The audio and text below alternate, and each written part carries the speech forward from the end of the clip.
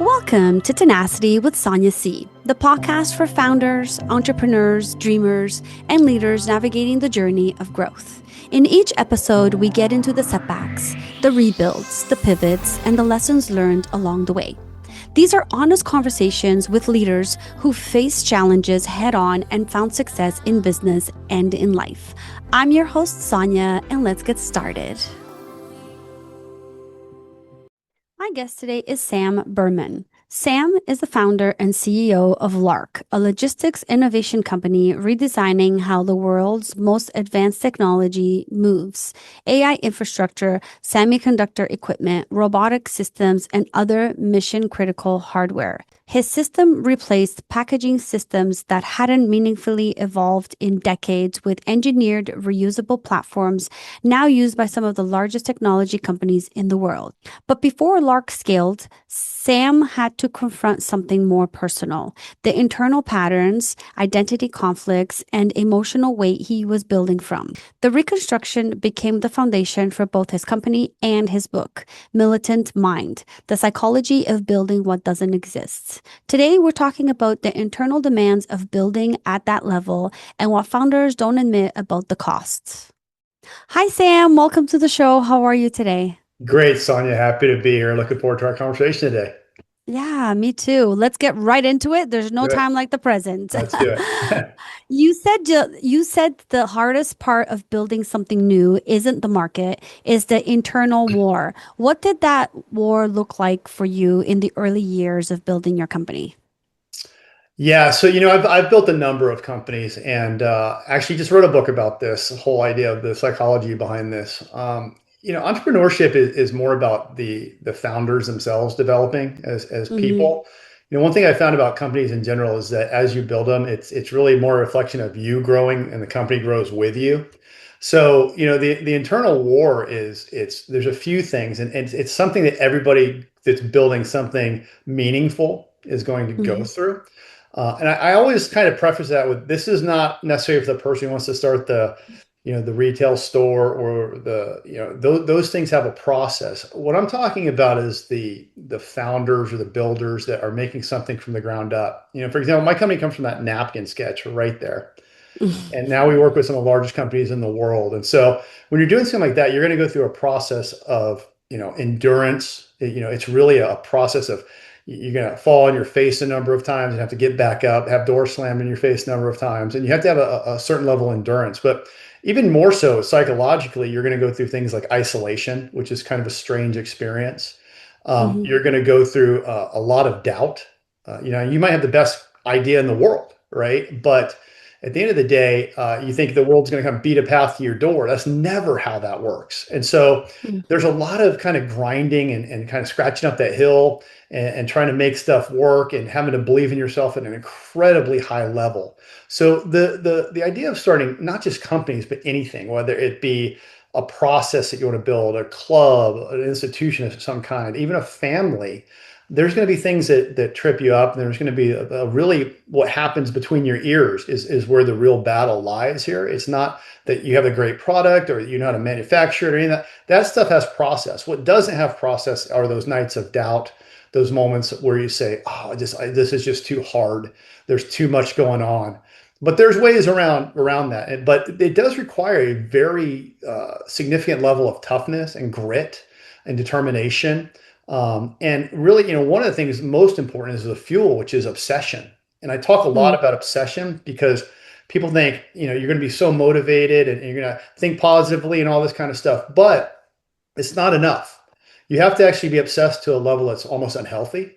And you have to believe in your product and your idea and your team, which is super important, to an incredible level. So what I really talk about, in when I discuss this with other entrepreneurs, or just people trying to build anything in the world, is be obsessed with your idea to a point where it's what you think about, you eat, you sleep, because the grind is a very real thing. The difficulties are there. You're going to be beaten to your knees many, many times. And so there's a number of things that you have to overcome, and it's almost mathematical. The obsession, the isolation, the endurance, the scars that you're going to build, the sort of thick skin that you have to develop. So it's almost formulaic in some sense, but it's different for everybody at the same time. But what happens when you do that and you obsess over your idea and you're just hustling, but your idea is not going anywhere and it's not doing anything? Do you just continue in that mindset until at what point do you say, I can't continue on that mindset because my business idea maybe is not a great idea? Well, I think you have to be realistic. If there's years go by and you're getting zero traction or no interest whatsoever, you have to pivot. And if that pivot of your idea doesn't work, then maybe it's just not a good idea. I mean, there has to be a reality to all of this, right? If Mm-hmm. I invent something that I think is the greatest thing since sliced bread, but no one else cares, you don't have a market. So there's still functions to it. You have to go out and before you even start all this stuff, the first thing you do is you have to look at your market and say, is this real? Talk to people in Mm-hmm. the business. I started LARC. One of the first things I did was I called up Google and I went to their headquarters and had a meeting with them. And I said, is my idea for these reusable high-tech crates for moving valuable products, make sense? They said, not only does it make sense, if you do it, we'll buy them. And so I said, okay. So I knew the market had some validity. So while there's a psychological war that goes on and everyone thinks that their idea is the greatest thing ever, there still is a reality to it, obviously, Mm-hmm. right? I don't want Yeah. everyone to think like I can wish this into existence just because I believe it. But Yeah. go out there and do those things. But if it proves to be something of value to the world, then you go and say, all right, we're going to go hard charging, get after it, build a team, and the team is probably the most important part of that. And we're going to go, go, go. And no matter what happens, we're going to keep climbing that hill. But yeah, absolutely. There, you must prove your product in the space. So you describe a reckoning rather than a dramatic rock bottom. What forced you to stop lying to yourself? So a little bit on the personal side, first part of my life was pretty rough. I lost my father when I was 16 years old. I lost my mother. She passed from cancer when I was just 26. So, less than a decade later. And I think, I went through some very difficult emotional struggles at that point. Tough relationships, just struggling with, things everyone struggles with in their life. Am I Mm-hmm. good enough? Am I going to be able to make it? Do I have the grit, the determination? And so I had to really hit a space in my life where everything was stripped from me. I mean, my life actually restarted when I was 27 years old. I had lost everything, Mm-hmm. and was in this empty apartment, just trying to say what happened to me. But what I realized when I say a reckoning, what I realized is sometimes, and I'm a person of very deep faith, so for me it was a God thing. You have to be stripped of all distractions. You have to be stripped of the false identity that you've built for yourself. And we all do that, especially today. We live in these phones, we live in these digital worlds, and we don't oftentimes get truly honest with ourselves about who we are and what we truly want. We settle for things. We think that this relationship is the right one or this job is the right job, and we lie to ourselves a lot. And so sometimes when you do that, the only way out is down and then back up. You have to rip away all of the nonsense, all the illusion, all of the lie, and then come back and say, okay, now I know who I really am. And now I know where I can go from here, right? And once you get real honest with yourself, your strengths become obvious. You become a very focused, very, um, well, honest is a good word, a very honest person. I know what I'm capable of, and I know that I can go beyond my own capabilities at this point. And I know that I've lived through significant pain and I've survived it. So I'm stronger than I ever thought. So sometimes those things have to be ripped away. And I find that the people who build the best companies, the ones that actually change the world truly, are the ones who have suffered greatly. I use an example, guys like Steve Jobs, right? If you look at his history, it was very difficult history, right? And Mm-hmm. much like him, I dropped out of college. It wasn't the right thing for me. I overcame a lot of personal struggles, a lot of relationship struggles, losses of both my parents, being on my own since I was basically 16 years old. And so you start to realize that those losses, as hard as they are, build you into that person that you need to be. And because you have that scar tissue, because you've been beaten down, it's pretty hard to beat those people down again because they lose their fear, they lose their sort of objective sense of, well, maybe I'm not enough. Well, you know what? I've been to nowhere. I've been to nothing. I've been to the bottom. Mm, So everything else is just going up. So we might as well take the chances, right? And it makes you much yeah. more apt to jump in and take those chances for sure. Yeah. What did you have to dismantle inside yourself before LARC could actually scale? Belief that I wasn't enough. Not just LARC, but other companies I had started. By the time I started LARC, I started a number of other companies in the past, but with LARC is a company that's global. It takes on entrenched industries that have existed for hundreds, if not thousands of years. We work with the largest companies in the world. So a lot of people have this sense. In fact, I'd say almost everyone has this sense of, can I really do this? Am I as Mm, good as I think I am? Is my idea as good as I think it is? Do I have that level of determination and grit in me? And so if you can get past the I'm not enough or I don't have the skills, I mean, that's probably the worst one, not just myself, but everyone said, I don't have the skills. Go find the people who do, right? That's where the team comes into play. But dismantling those ideas of it's too big, and I tell entrepreneurs, if your idea is big, think bigger, right? Because mm, that's how you attract in bigger thinkers. That's how you attract in bigger money. That's how you attract in, the companies that actually are going to work with you. If you yeah. think as big as you can. So you have to dismantle that thing is, am I going to play too small? So, because I've played too small in my life, am I going to take the risk? Am I going to take the chance? So you have to dismantle those concepts that you can't do it or you don't have the education. I mentioned I don't have a college degree, and people have reminded me that my whole life, right? Almost. And, Mm, but I was an executive in the Silicon Valley. I've started 4 companies because I decided that I wasn't going to have that belief. I wasn't, yeah. that wasn't what's going to stop me. Or in a bad relationship where you're betrayed or friends turn their back on you and need them, are you going to let those things stop you? So you have to dismantle those ideas that those outside things that are happening have any reflection on your inner world. Mm, And you just have to go forward and push as hard as you can. And I will tell you, I've seen a lot of people in my life quit, but I've never seen people who give 100% to an idea, who believe in their idea and themselves. 100% of the time in my life, I've seen those people succeed at a mm, level beyond what they expected. So, dismantle those limiting beliefs in yourself that the world puts in you. You're not enough. You're not smart enough, strong enough, fast enough. Now, I played football in high school and college, and people always tell me you're not fast enough. You're not big enough. You're not strong enough. And I ended up being one of the few guys on my team that got recruited to play at a high level of football, because I believed in myself at some level. So dismantle those limiting beliefs. That's what everyone has to do, and that's the most successful entrepreneurs. And I like to say, Sonia, that people, who start companies at a certain level, they're a weird dichotomy of person. They have to be almost arrogant and bold enough to believe they can do it, and then they have to have enough humility and be humble enough to actually do it. So it's a mm, strange shift, but that's what it takes. You have to almost be, people have a level of hubris. This guy thinks he can change the entire, shipping industry. He actually does believe that, but then I've got to be humble enough to go out there and spend 10, 11, 12 years doing it. So yeah. you have to bridge those two things Hmm. in your mind. Right. But I mean, like you're saying that, and I'm hearing you, but you've built 4 companies. Yep. So do you think that your thought process comes from having done that over and over and over and over again over 4 companies? What about those people that are just in the starting point and they haven't even reached that point of saying, I believe in myself. They're just starting out in the trenches. I think there's no difference whether you start 4 companies or on your first company. The mindset is the same. You have to believe in yourself enough, right? Mm, And you have to be audacious enough to say, I'm going to do this.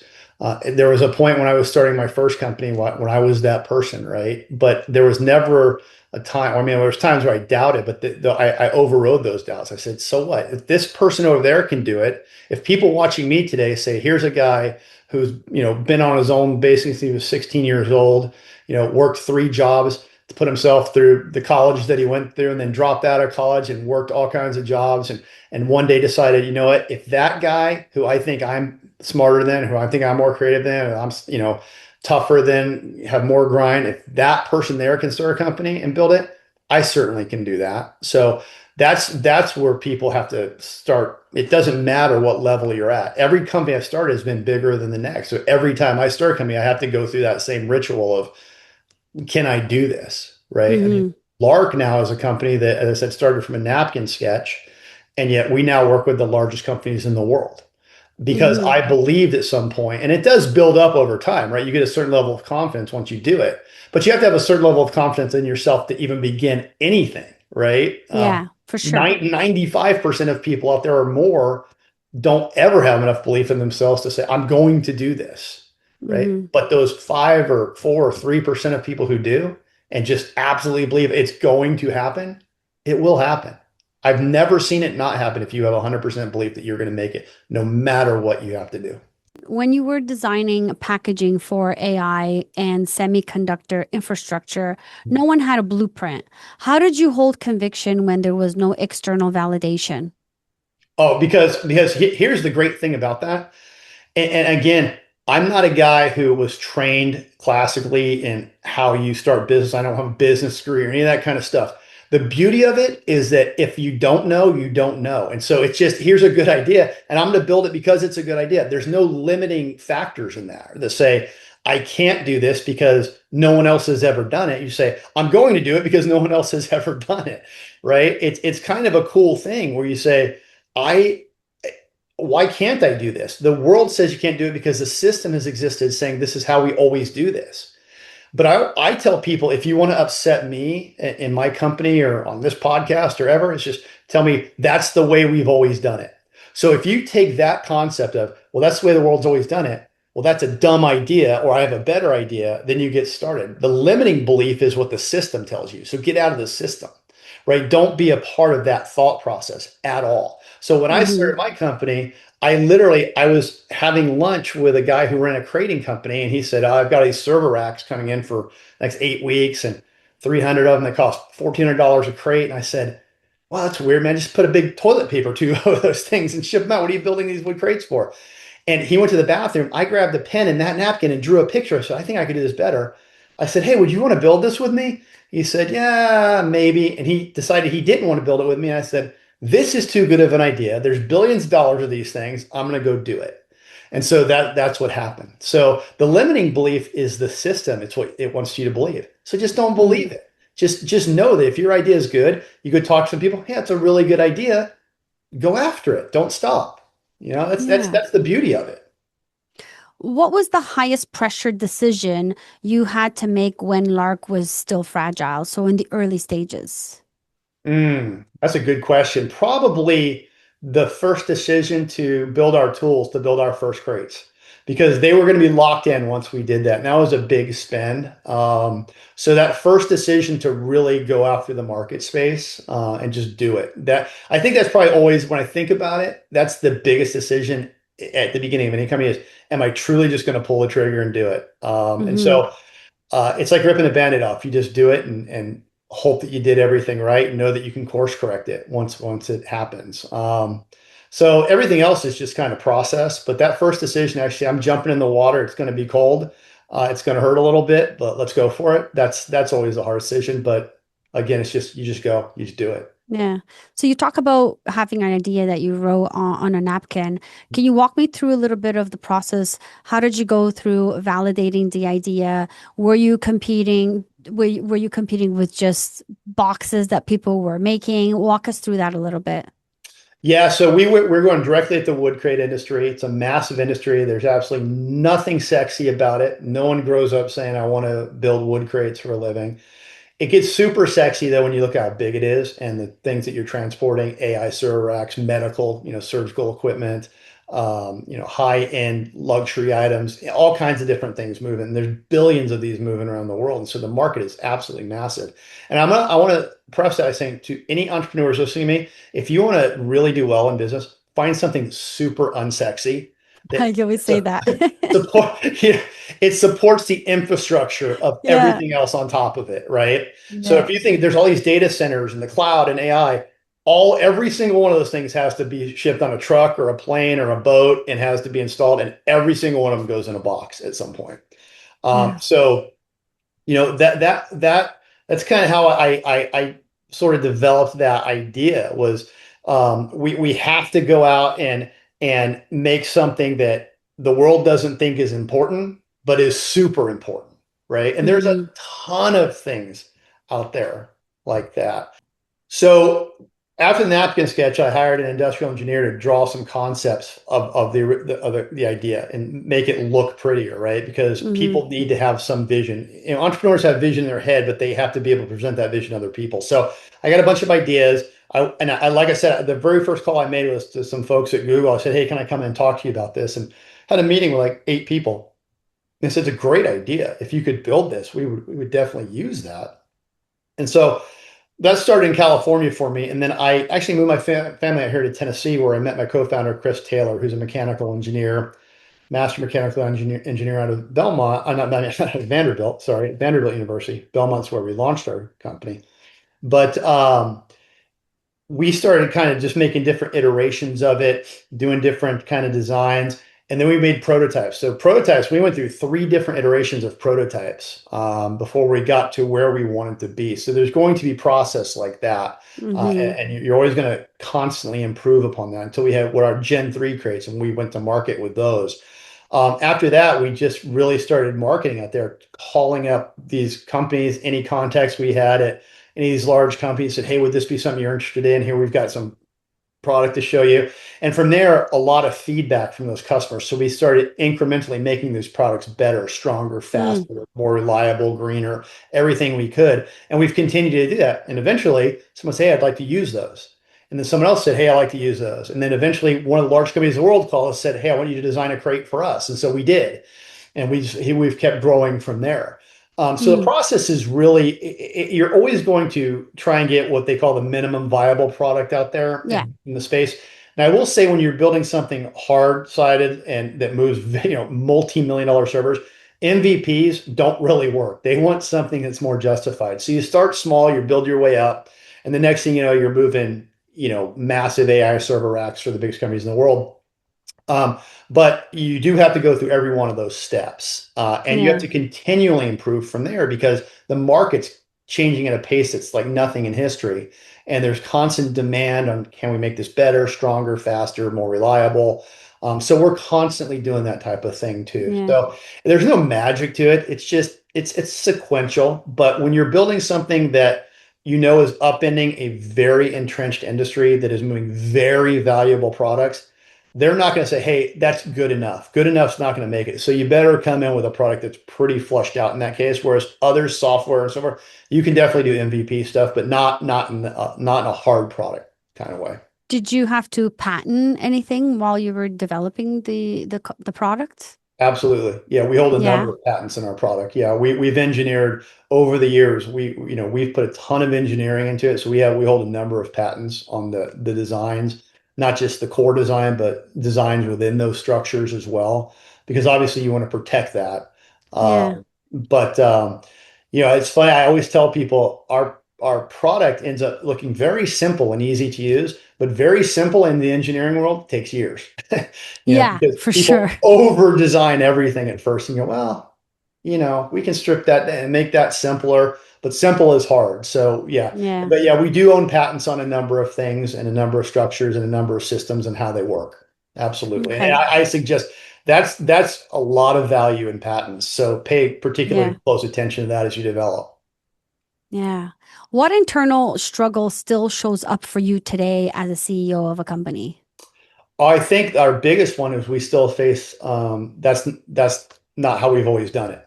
We're a paradigm shift. So we're very different, not just in our product, because we are generationally better, not incrementally better on what exists in the market.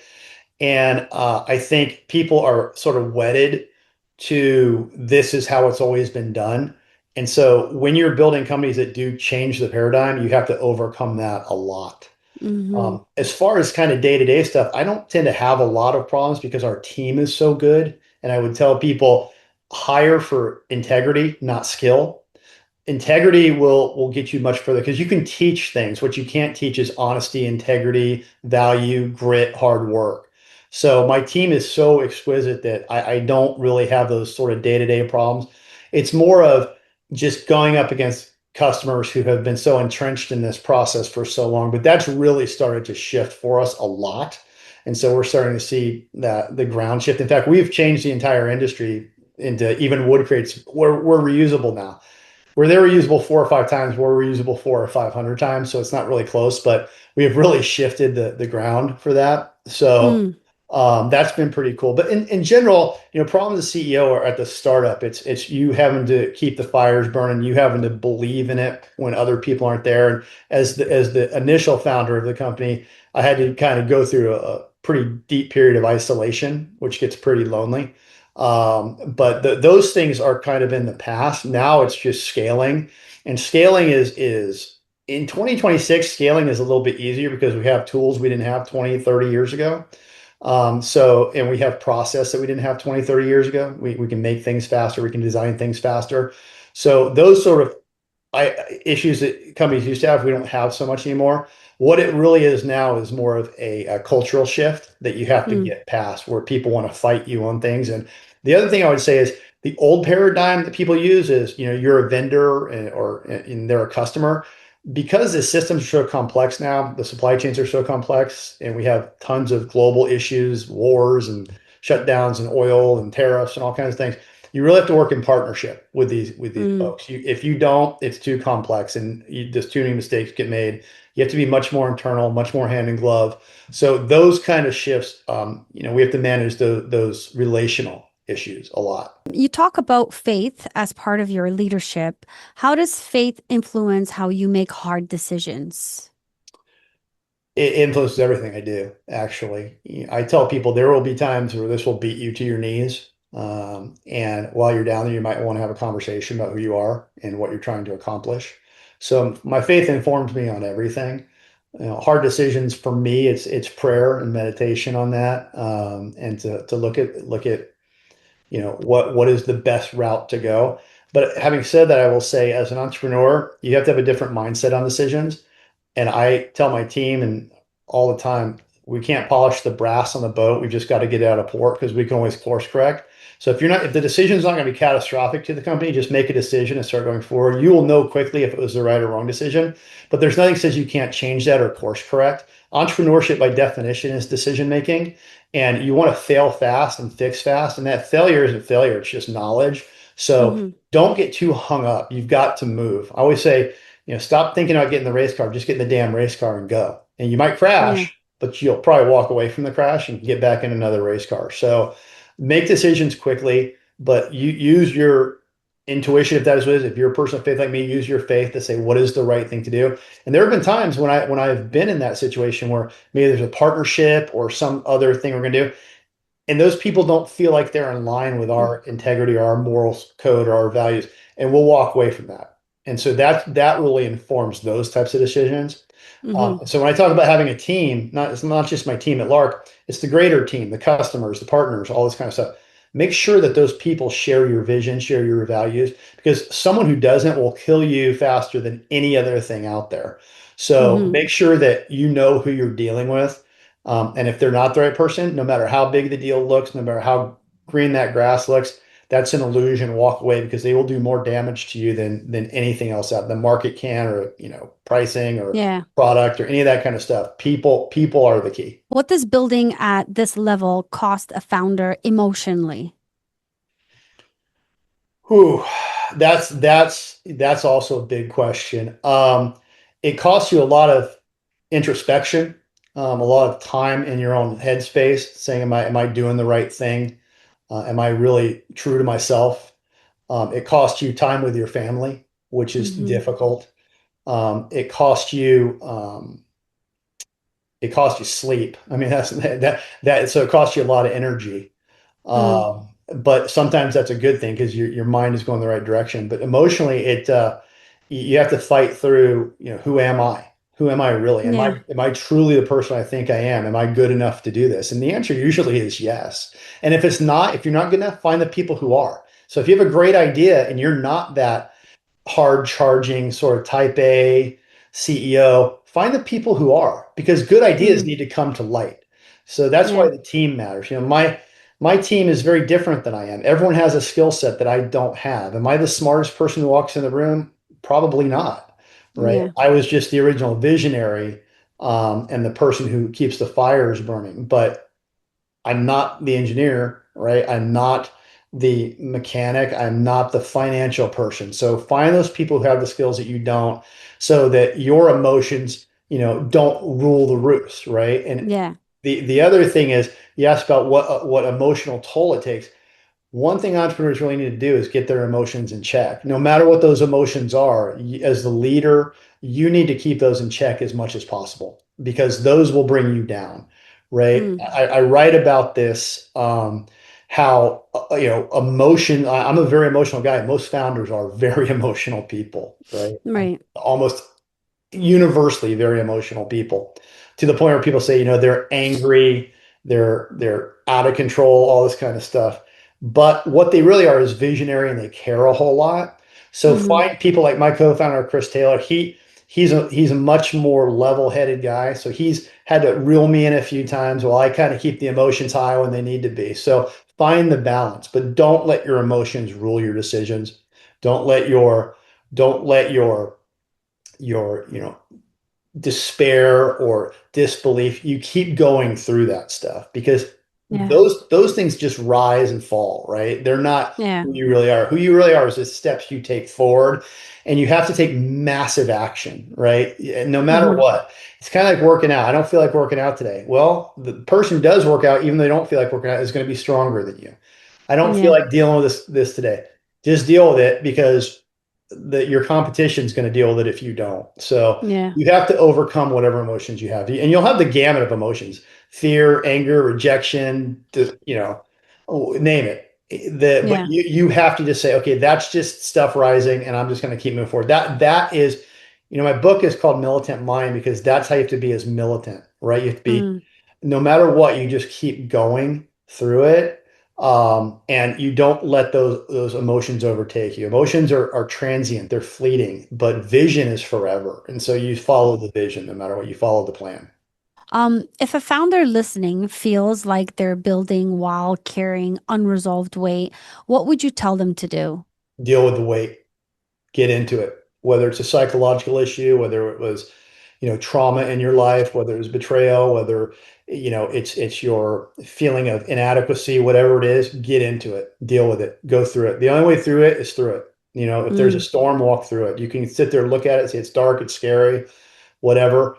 You just deal with it. That's the only way to resolve it. And starting companies helps to bring that stuff out in people, right? So Yeah. if you need to get counseling, if you need to get special therapies, if you need to, work out more, if whatever it is, just go through it. There's no other issue. There's no magic bullet. Stop taking medications and pills and all this other nonsense.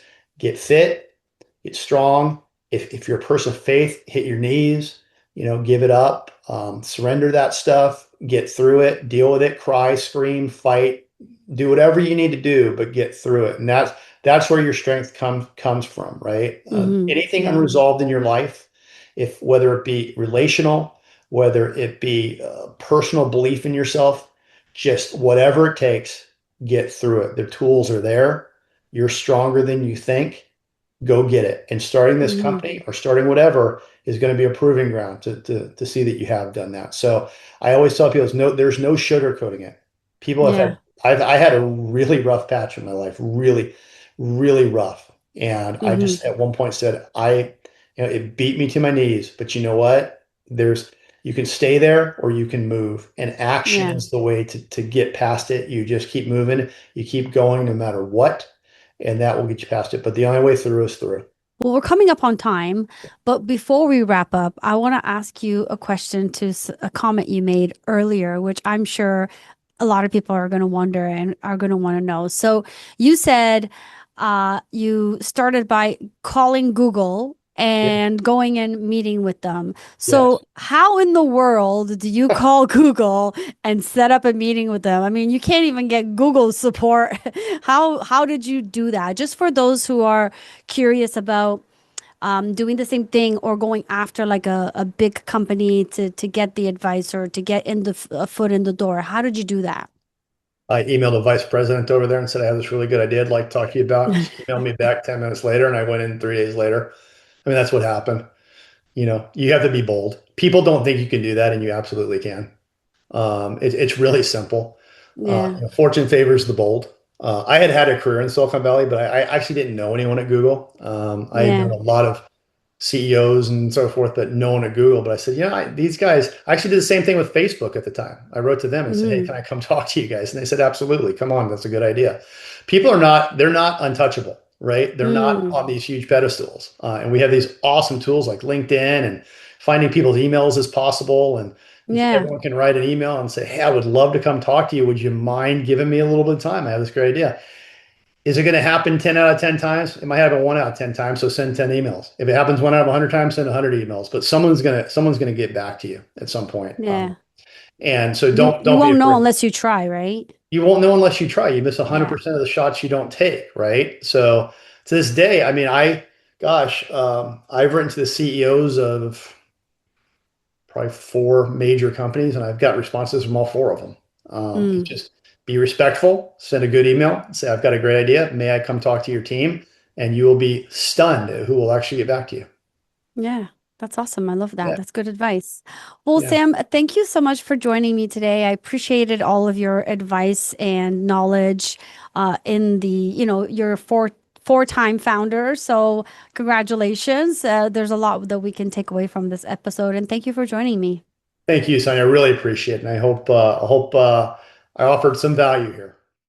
I want to thank Sam for joining me today. There's something important in this conversation that founders don't say out loud enough. You cannot scale a company beyond the level of clarity you have about yourself. If your identity is fractured, your decisions will be inconsistent. If you're avoiding internal work, you'll overcompensate with external motion, and no amount of growth hides that for long. Building something new demands systems. It demands discipline, but it also demands emotional ownership.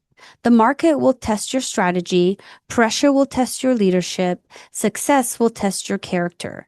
If you're serious about building something that lasts, stop only upgrading your product and start upgrading your internal architecture. Audit your decisions this week. Look at where you're reacting instead of leading. Fix that. And that's a wrap. Thank you for joining me on this journey of learning and growth. If this episode resonated with you, take a moment to subscribe to the podcast, leave a review, and share it with someone who's building through a challenge right now. You can also connect with us on social media and be part of a community that believes resilience is the real advantage. Remember, growth isn't linear, success isn't guaranteed, and setbacks are part of the process. What matters is how you execute. This is Sonia signing off, but as always, keep chasing your dreams with tenacity.